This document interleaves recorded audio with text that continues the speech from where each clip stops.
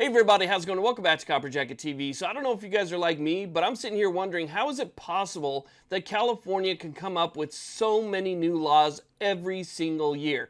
At what point do they run out of ideas? Well, apparently never, because there are 16 new gun control bills that are going to be heading to the desk of Governor Gavin Newsom, and he signaled, because of the NYSRPA v. Bruin case that was recently decided by the Supreme Court, that he plans on signing all 16.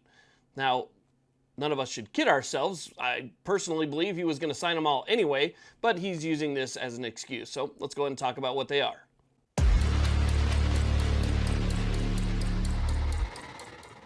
Hey everybody, I just want to let you know I really appreciate you watching these videos. It means a lot. If you wouldn't mind, hit that thumbs up button, hit that subscribe button. It would help me out greatly. And also check out the main sponsor of this channel, which is the USCCA. Absolutely the best membership you could ever have in your wallet, with self-defense, liability insurance, and more. So check out the USCCA. Let's get to it. Okay, so let's go and talk about what's going on here and how it's going to affect Californians. Now, I'm not going to talk about every bill, because in one video that would take an hour and nobody wants to sit through that. So I have some notable ones here that we're going to be talking about. And like I said before, I believe that he was going to sign all these bills when they got to his desk anyway. I don't personally remember any gun control bill that's made it to his desk that he hasn't signed.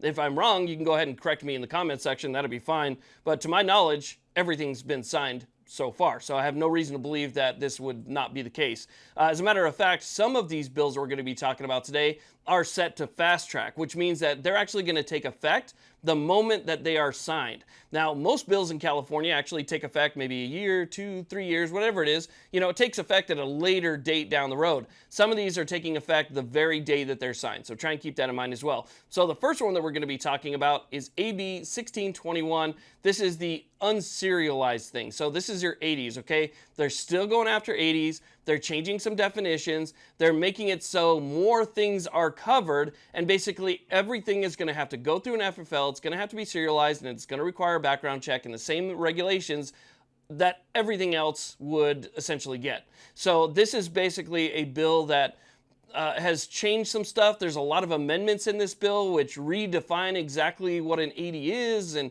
exactly when it becomes that, and what form and fashion, and it adds things like 3D printing and stuff like that to it that weren't in there before. So there's a lot of amendments that have been added to this bill, and this bill right here, again, is just it's another attempt at the 80s. Now, I should also mention that part of 1621 actually creates a mechanism for people who already own them to get a serial number from the California Department of Justice that they can then put on whatever it is that California Department of Justice doesn't know that they have anyway. Okay, so next is AB 1594, which is the bill that is going to allow civil suits against manufacturers. So basically, this bill is going to allow people to sue manufacturers, dealers, distributors, and a lot of other people that are involved if something bad happens with one of their products. So basically what it's going to do is going to open the door for lawsuits against these companies. Basically what they're trying to do with this is they're trying to bankrupt these manufacturers and distributors and people like that. They're trying to bankrupt them by allowing everybody in the state to sue them for any instance where there was any type of damage or something else caused by one of their products. So that to me is one of the biggest ones. Now, obviously, there's federal protections in place. I don't know how that would apply on the state level, but I believe that they would be shielded from that. I'm still not 100% sure. Now, this next one doesn't really affect regular everyday people, but I thought it was notable because this one actually goes after the motion picture industry. So this is an interesting one. Obviously, this has to do with the whole Alec Baldwin thing, but this is SB 829.